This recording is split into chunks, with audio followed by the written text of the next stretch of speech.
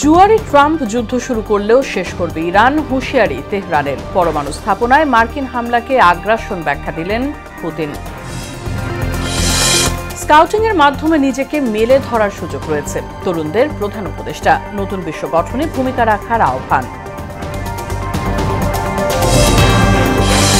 17 বছরের শিক্ষা ব্যবস্থাকে ধ্বংস করেছে পতিত সরকার, বললেন শিক্ষা উপদেষ্টা। দীর্ঘমেয়াদী সংস্কারের তাগিদ পরিকল্পনা উপদেষ্টার। এবং সারা দেশে চোখ রাঙাচ্ছে করোনা, 24 ঘন্টায় আরও 3 জনের মৃত্যু। নতুন শনাক্ত 19, ভ্যাকসিন নেওয়ার পরামর্শ স্বাস্থ্য বিভাগের।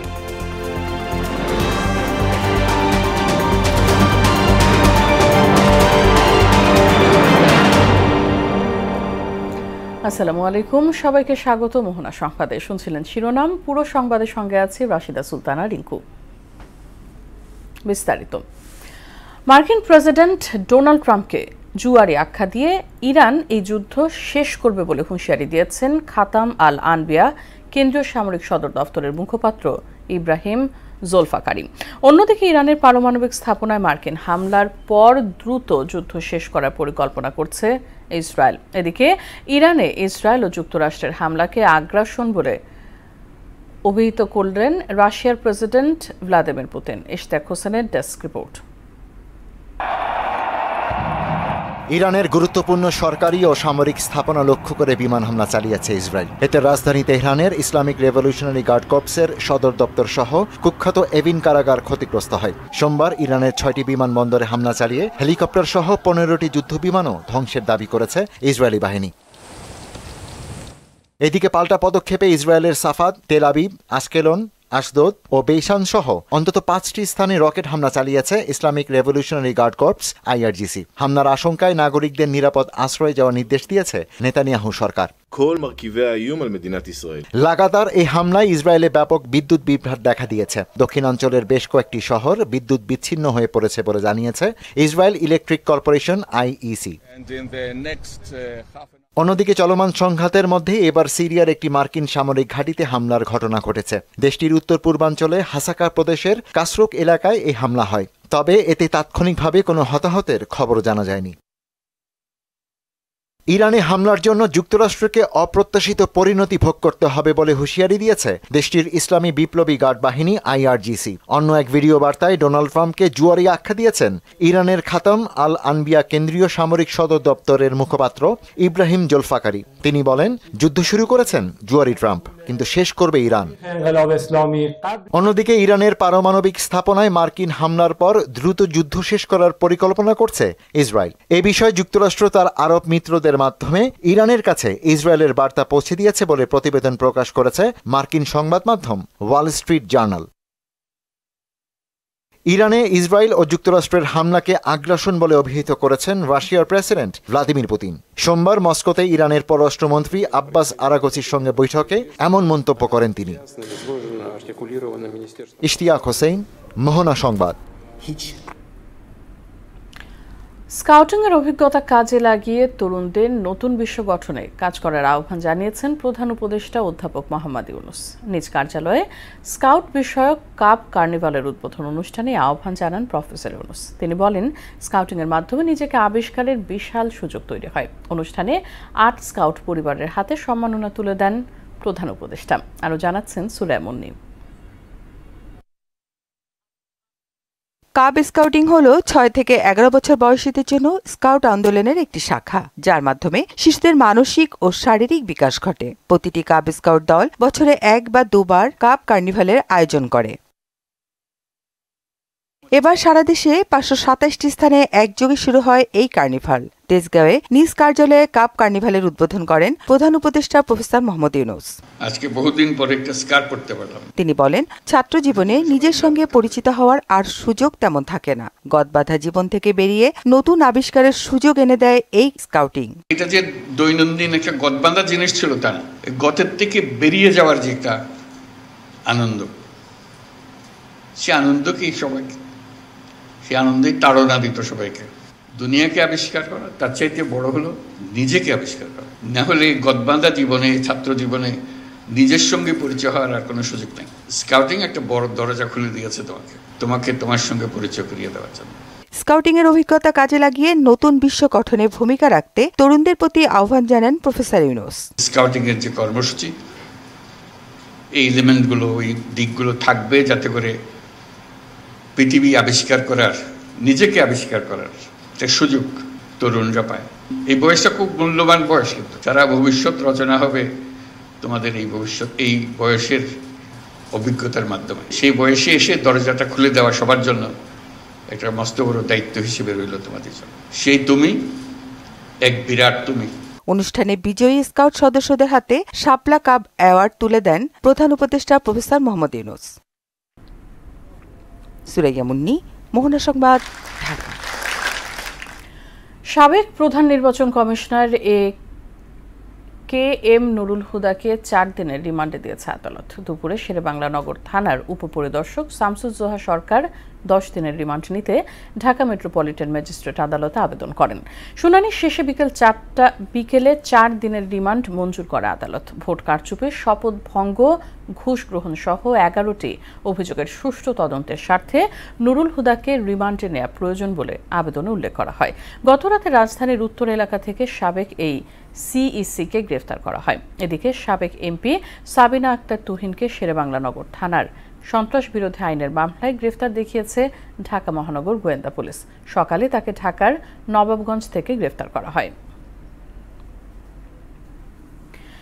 এদিকে সাবেক CEC নুরুল হুদার সঙ্গে মব জাস্টিসের ঘটনা তদন্ত করে ব্যবস্থা নেওয়া হবে বলে জানিয়েছেন স্বরাষ্ট্র উপদেষ্টা জাহাঙ্গীর আলম চৌধুরী। গাজীপুরের হর্টিকালচার সেন্টার পরিদর্শনে গিয়ে তিনি এই কথা বলেন। এদিকে সচিবালয়ে এক ব্রিফিংয়ে পরিবেশ উপদেষ্টা সৈয়দা রিজওয়ানা হাসান বলেন, বর্তমানে পুলিশ অনেক জায়গাতেই সক্রিয় হয়েছে, আগামীতে আরও সক্রিয় হবে। কালিয়াকৈর প্রতিনিধি আলহাজ হোসেনের সহায়তায় শামীমুজ্জামান চৌধুরীর রিপোর্ট। গাজীপুরের মৌচাকে হর্টিকালচার সেন্টার পরিদর্শনে যান স্বরাষ্ট্র উপদেষ্টা জাহাঙ্গীর আলম চৌধুরী। পরে কথা বলেন গণমাধ্যম কর্মীদের সঙ্গে। সাবেক প্রধান নির্বাচন কমিশনার নুরুল হুদাকে মব তৈরি করে হেনস্থা কোনোভাবেই গ্রহণযোগ্য নয় বলে মন্তব্য করেন তিনি। আরেক সাবেক CEC হাবিবুল আওয়ালকে গ্রেপ্তার করা নিয়ে বিভিন্ন গণমাধ্যমে প্রচারিত খবর সঠিক নয় বলেও জানান স্বরাষ্ট্র উপদেষ্টা। আগে চিফ ইলেকশন কমিশনার অ্যারেস্ট হয়েছে, ইনফ্যাক্ট এখন পর্যন্ত অ্যারেস্ট হয়নি। দেখছেন এই চিফ পাঠায় দিছে, এরও কোনো অবস্থায় গ্রহণযোগ্য না। আপনারা বলবেন যদি কোনো কিছু থাকে, এই কোনো ঘটনা ঘটলে আইন শৃঙ্খলা বাহিনীর কাছে তারা হস্তান্তর করবে এবং আইন শৃঙ্খলা বাহিনী প্রপার অ্যাকশন নেবে। বিশ্ব পরিবেশ দিবস ও পরিবেশ মেলা উপলক্ষে সচিবালয়ে সংবাদ সম্মেলন করেন পরিবেশ উপদেষ্টা সৈয়দা রিজওয়ানা হাসান। বায়ু, শব্দ ও নদী দূষণ নিয়ন্ত্রণে সরকারের নানা পদক্ষেপের কথা জানান তিনি। 3টা বন পুনরুদ্ধারের প্রকল্প অনুমোদন করে কাজ শুরু হয়েছে। আইনগুলোকে রিভাইজ করে চূড়ান্ত পর্যায়ে নিয়ে আসা হয়েছে।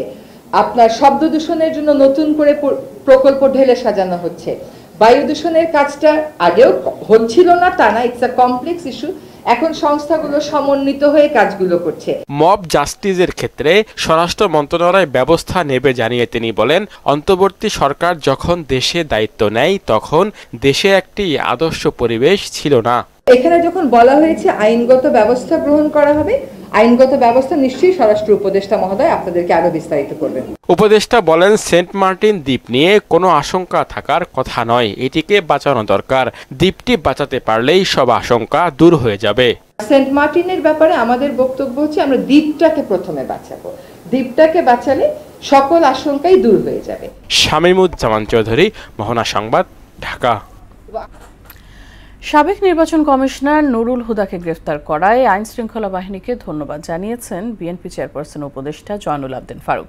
যারা জনগণের ভোটাধিকার কেড়ে নিতে এদেরকে সহযোগিতা করেছে তাদেরও আইনের আওতায় আনার দাবি জানান তিনি। জাতীয় প্রেসক্লাবের সামনে তৃণমূল নাগরিক আন্দোলন আয়োজিত এক সমাবেশে তিনি এসব কথা বলেন। জয়নুল বলেন, জুলাই আগস্টে ছাত্র জনতার গণ অভ্যুত্থান একদিনে হয়নি। গত 17 বছর বিএনপি সহ গণতন্ত্রকামী জনগণের আন্দোলনের ফল 24-এর এই অভ্যুত্থান।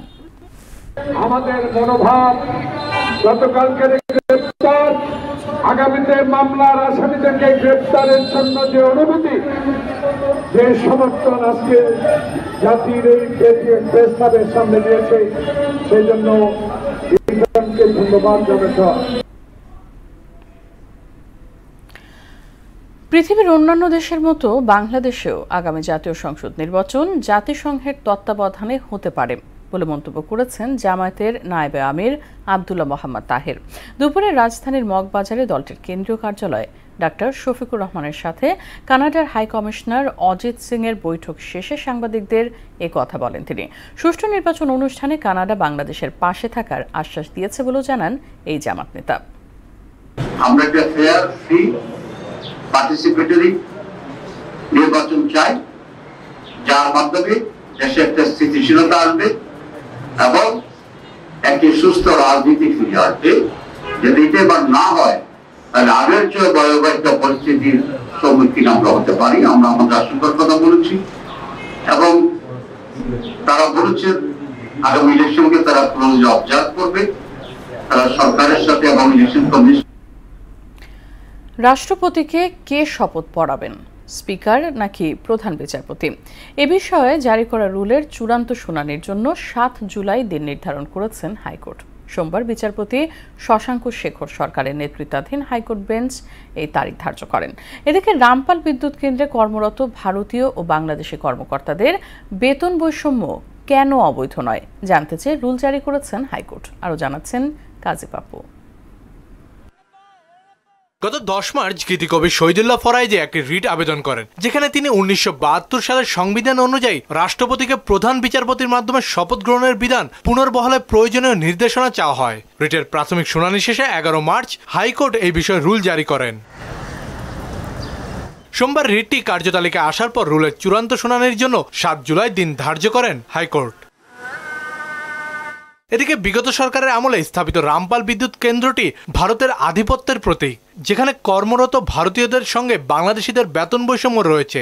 একে কেন অবৈধ ঘোষণা করা হবে না জানতে চেয়ে রুল জারি করেছেন উচ্চ আদালত। যে হিউজ স্যালারি এবং বেনিফিটের যে ডিফারেন্স ফরেন এমপ্লয়ি এবং বাংলাদেশি এমপ্লয়িদের মধ্যে, এটা কেন অবৈধ ঘোষণা করা হবে না, নাম্বার 1। নাম্বার 2 হচ্ছে যে এখনও কেন ইন্ডিয়ান এমপ্লয়িদেরকে 10 জনের পলিসি অনুযায়ী যে 10 জনের নামানোর কথা, সেটা কেন নামানো হয়নি? কেন এখনো 51 জন এমপ্লয়ি এখানে কাজ করছেন? চট্টগ্রামের মায়ের কোল থেকে ড্রেনে পড়ে শিশু মৃত্যুর ঘটনায় কর্তৃপক্ষের নিষ্ক্রিয়তাকে কেন অবৈধ ঘোষণা করা হবে না 4 সপ্তাহে রুল জারি করে তাও জানতে চেয়েছেন হাইকোর্ট। নির্দেশনা দেওয়া হবে না যে সকল প্রকার ওপেন ড্রেইন, নালা, খালা এগুলোকে কভার করার জন্য, এবং সেই বিষয় নিয়ে হাইকোর্টে একটা স্টিপুলেটেড পিরিয়ডের মধ্যে রিপোর্ট সাবমিট করার জন্য। কাজী পাপ্পু, মোহনা সংবাদ, ঢাকা। গত 17 বছরে শিক্ষা ব্যবস্থাকে নিঃস্ব করা হয়েছে বলে মন্তব্য করেছেন শিক্ষা উপদেষ্টা অধ্যাপক ডক্টর চৌধুরী রফিকুল আবরার। নোয়াখালী বিজ্ঞান ও প্রযুক্তি বিশ্ববিদ্যালয় দিবস উপলক্ষে দিনব্যাপী আয়োজিত রিসার্চ ফেয়ার অনুষ্ঠানে এই কথা বলেন উপদেষ্টা। শিক্ষাক্ষেত্রে যে পরিমাণ ক্ষতি হয়েছে তার হিসেব দেয়া সম্ভব না। এছাড়া অল্প সময়ের জন্য দায়িত্ব নেয় অন্তর্বর্তী সরকার শিক্ষার উন্নয়নে ব্যাপক ভিত্তিক কাজ করতে পারছে না বলেও জানান তিনি।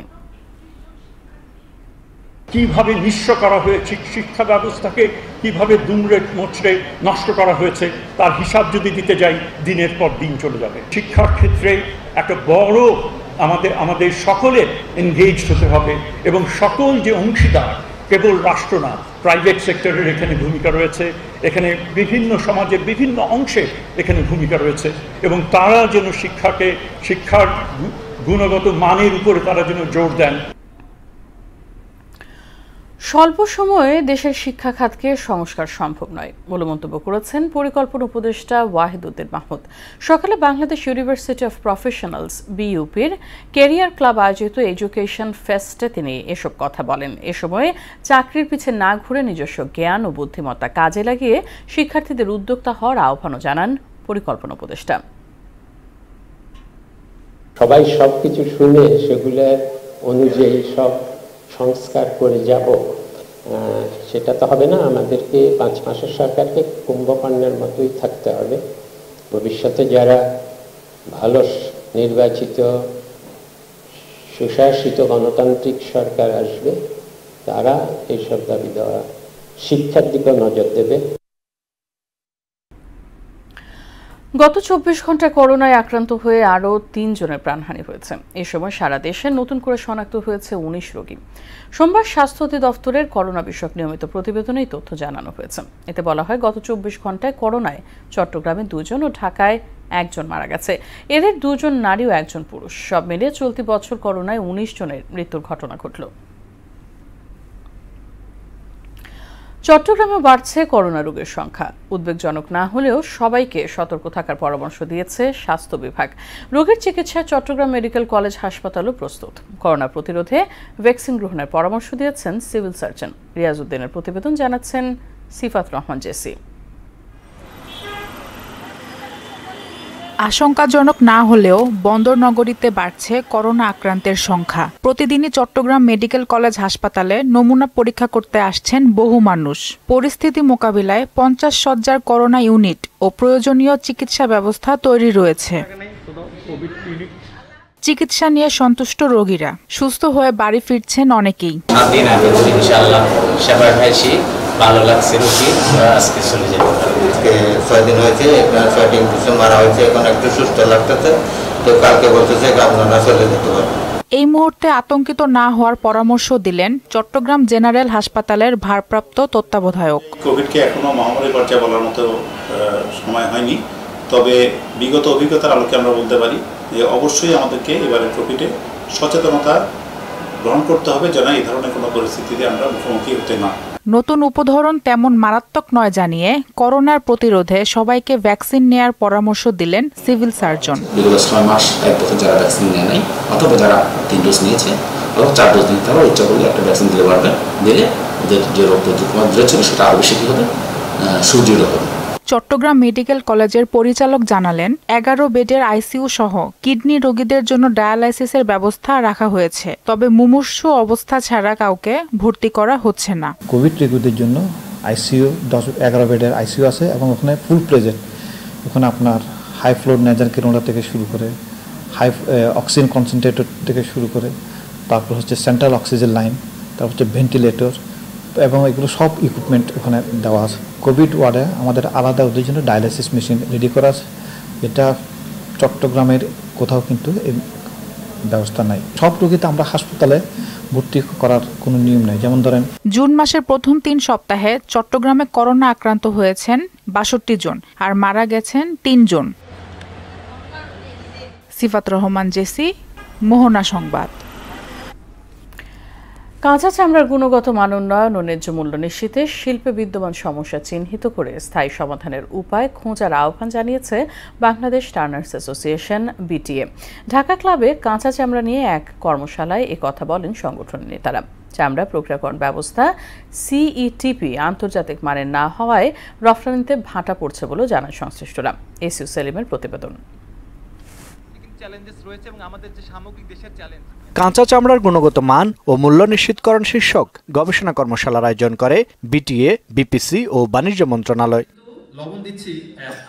অনুষ্ঠানে বাংলাদেশ টার্নার্স অ্যাসোসিয়েশনের নেতারা বলেন, কাঁচা চামড়ার জন্য প্রসিদ্ধ এই দেশে বছরে 1,500 কোটি টাকার চামড়া আমদানি করতে হয়। তাই পণ্যটির গুণগত মান উন্নয়ন ও ন্যায্য মূল্য নিশ্চিত করতে টেকসই সমাধান খোঁজার বিকল্প নেই। 400-500 কোটি টাকা আমি যদি সিটিপি এবং সলিড ওয়েস্টের জন্য আমি খরচ করতে পারি, এখানে একটা বিনিয়োগ করতে পারি, তাহলে কিন্তু আমি 5 বছরের ভিতরে কিন্তু 50 থেকে 60,000 কোটি টাকা আমরা কিন্তু রপ্তানির করতে পারবো। যেহেতু অনেক বেসিক জায়গাতেই আমাদের প্রবলেম রয়ে গেছে, সো আমরা আসলে সাজেশনগুলো আমি দেওয়ার সময় এইভাবে চিন্তা করছিলাম যে আমি যে অ্যাডভান্স কিছুতে যাবো, আমার তো বেসিক ঠিক নাই, বহুমুখীকরণের দিকে যেতে হবে এবং সেইখানে এখনই স্টেপ নিতে হবে, না হলে কিন্তু আমরা এই মার্কেটে পিছিয়ে পড়বো। চামড়ার মূল্য কম নির্ধারণ করে দিলেও সেখানে চামড়ার মান ক্ষতিগ্রস্ত হয়। শিল্পের সমস্যা চিহ্নিত করার পাশাপাশি কাঁচা চামড়ার ন্যায্য মূল্য ও মান নিশ্চিতে অন্তর্বর্তী সরকার প্রচেষ্টার কথা জানান বাণিজ্য মন্ত্রণালয়ের সচিব সহ সংশ্লিষ্ট সরকারি কর্মকর্তারা। বিপিসি কাজ করছেন, বাণিজ্য মন্ত্রণালয় কাজ করছেন, মৎস্য পশুপালন শিল্প মন্ত্রণালয় কাজ করছেন, বিটিএ তো আছেনই।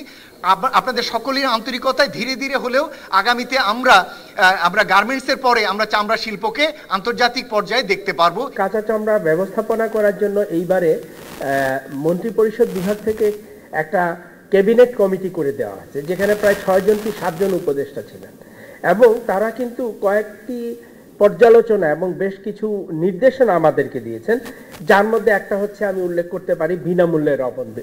বড় করা। ইন্ডাস্ট্রিয়াল কনজিউমার, শিল্প ভোক্তা যদি তার উপকরণ ক্রয় না করে তাহলে সেটার মূল্য তো থাকবে না, সেটা সরবরাহ চেইনও তৈরি হবে না। এইটা আমি সবচেয়ে এই চামড়া শিল্পের, বাংলাদেশের বর্তমান চামড়া শিল্পের কিছুটা পিছিয়ে থাকার পিছনে প্রধান কারণ বলে আমি মনে করি। দেশে চামড়া প্রক্রিয়াকরণ ব্যবস্থা তথা central employment treatment plant CETP আন্তর্জাতিক মানের না হওয়ায় রপ্তানির পরিবর্তে আমদানি করতে হচ্ছে বলে অভিযোগ করেন সংশ্লিষ্টরা। আমরা শুধু এলডব্লিউজি সার্টিফাইড হতে পারছি না, এটার কারণ হলো যে আমরা কমপ্লাইস হতে পারিনি। ইউ সেলিম, মোহনা সংবাদ, ঢাকা। ইউনিলিভার বাংলাদেশ লিমিটেড এবং অরেঞ্জ কর্নার্স বাংলাদেশ যৌথভাবে ecosystem in action powering future builder শীর্ষক একটি অনুষ্ঠানের আয়োজন করেছে। রাজধানীর একটি হোটেলে আয়োজিত অনুষ্ঠানে তরুণ উদ্যোক্তারা, বিনিয়োগকারী, কর্পোরেট নেতৃত্ব এবং উদ্যোক্তা সহায়তাকারী বিভিন্ন প্রতিষ্ঠানের সঙ্গে সরাসরি কথা বলার সুযোগ পান। সেখানে উপস্থিত থেকে আলোচনায় অংশ নেন প্রধান উপদেষ্টার আন্তর্জাতিক বিষয়ক বিশেষ দূত লুৎফে সিদ্দিকী, নেদারল্যান্ডসের রাষ্ট্রদূত অ্যান্ড্রে কারসেন্ট, ইউনিলিভারের বাংলাদেশ চেয়ারম্যান জাভেদ আক্তার ও বিকাশের প্রতিষ্ঠাতা কামাল কাদির। রহিম আফরোজ বাজারে নিয়ে এলো মেইনটেন্যান্স ফ্রি আইপিএস। রাজধানীর একটি হোটেলে প্রতিষ্ঠানটির ডিস্ট্রিবিউশন বিভাগের বার্ষিক বিজনেস পার্টনার মিট অনুষ্ঠানে এই হাইব্রিড আইপিএস এর উদ্বোধন অনুষ্ঠিত হয়। এতে আইপিএস এর স্মার্ট সিরিজের বিভিন্ন পণ্য ও গুণগত মান নিয়ে বিস্তারিত তুলে ধরা হয়। অনুষ্ঠানে উপস্থিত ছিলেন প্রতিষ্ঠানটির ম্যানেজিং ডিরেক্টর নিয়াজ রহিম, সিইও হাসনাইন তৌফিক আহমেদ ও সিওও মুখলেসুর রহমান এবং হেড অফ সেলস নেওয়াজ সহ প্রতিষ্ঠানটির সংশ্লিষ্ট কর্মকর্তারা। খেলার খবর, ক্রিকেট। শ্রীলঙ্কার বিপক্ষে ওয়ানডে সিরিজের জন্য 16 সদস্যের দল ঘোষণা করেছে বাংলাদেশ ক্রিকেট বোর্ড বিসিবি। মিরাজের নেতৃত্বে দলে রাখা হয়েছে 5 পেসার ও 3 স্পিনারকে। পাশাপাশি পরিবর্তন আনা হয়েছে ব্যাটিং ওপেনিংয়ে। বিসিবি মিডিয়া সেন্টারে এক ব্রিফিংয়ে বলেন, খুঁটিনাটি নিয়ে কথা বলেন প্রধান নির্বাচক গাজী আশরাফ হোসেন লিপু। মুদাসির আলীর প্রতিবেদন। টেস্টের পরে আগামী মাসে শ্রীলঙ্কার বিপক্ষে ওয়ানডে সিরিজ, এই লক্ষ্যে সপ্তাহখানেক আগেই দল গুছিয়ে ফেলেছে বিসিবি। সোমবার মিডিয়া সেন্টারে প্রধান নির্বাচক গাজী আশরাফ হোসেন লিপু ঘোষণা করেন স্কোয়াড। এমডি মেহেদী হাসান মিরাজ ক্যাপ্টেন, তানজিদ হাসান, মোহাম্মদ পারভেজ হোসেন ইমন, নাজমুল হোসেন শান্ত, মোহাম্মদ তাওহিদ হৃদয়, লিটন কুমার দাস। দলে রাখা হয়নি সৌম্য সরকারকে, পরিবর্তে 2 বছর পর ডাক পেয়েছেন নাইম শেখ, যিনি এপ্রিলে শেষ হওয়া ডিপিএলে 11 ম্যাচ খেলে করেছেন 618 রান। সৌম্যকে না রাখার কারণ ব্যাখ্যা করলেন প্রধান নির্বাচক। ইনজুরিগুলোর কারণে হয়তো অনেকগুলো ম্যাচ খেলতে পারেননি। খেলতে পারলে সেই শ্রীলঙ্কা কিংবা ওয়েস্ট ইন্ডিজের পরে হয়তো তিনি তার পারফরমেন্স দিয়ে নিজেকে উজ্জীবিত করতে পারতেন। বাট বাই দিস টাইম ওই পজিশনে কিন্তু অনেকে ভালো খেলছে। ইনজুরি থেকে সেরে পেস অ্যাটাকে নির্ভর হয়ে ফিরছেন তাসকিন আহমেদ ও কাটার মাস্টার মুস্তাফিজুর রহমান। সঙ্গী হিসেবে আরও আছেন তানজিম সাকিব, নাহিদ রানা ও হাসান মাহমুদ। এদিকে ওয়ানডেতে অভিষেক হতে যাচ্ছে তানভীর ইসলাম ও পারভেজ হোসেন ইমনের। সবশেষ ডিপিএলে দ্বিতীয় সর্বোচ্চ রান সংগ্রাহক ছিলেন ইমন। তবে ঘরোয়া ক্রিকেটে সোহানের রেকর্ড ভালো থাকার পরেও কেন তাকে বাদ দিয়ে পিছিয়ে থাকা শামীমকে বেছে নিয়েছে বিসিবি, তার ব্যাখ্যাও দিলেন লিপু। সোহানের ব্যাপারটা তিনি আমাদের বিবেচনা আছেন, বাট একই টিমে আমরা মাল্টিপল উইকেট কিপার তো নিতে পারবো না এই পজিশনে। আগামী 2রা জুলাই কলম্বোয় গড়াবে ওয়ানডে সিরিজের প্রথম ম্যাচ। একই মাঠে 5 জুলাই দ্বিতীয় এবং 8 জুলাই পাল্লে খেলতে হবে তৃতীয় ও শেষ ওয়ানডে। মুদাসির আলী, মোহনা সংবাদ, ঢাকা। শেষ করব সংবাদ, তবে যাবার আগে শিরোনামগুলো আরো একবার।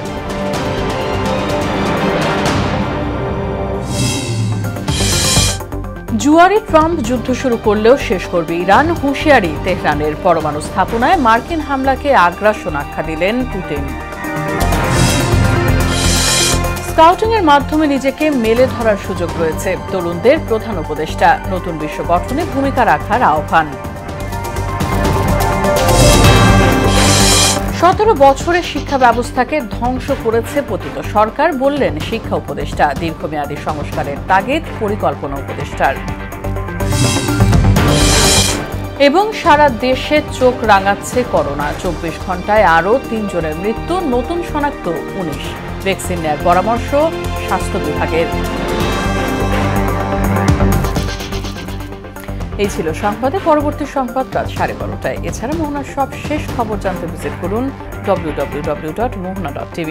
সংবাদ দেখতে পারেন ফেসবুক ও ইউটিউবেও। সঙ্গে থাকার জন্য ধন্যবাদ সবাইকে।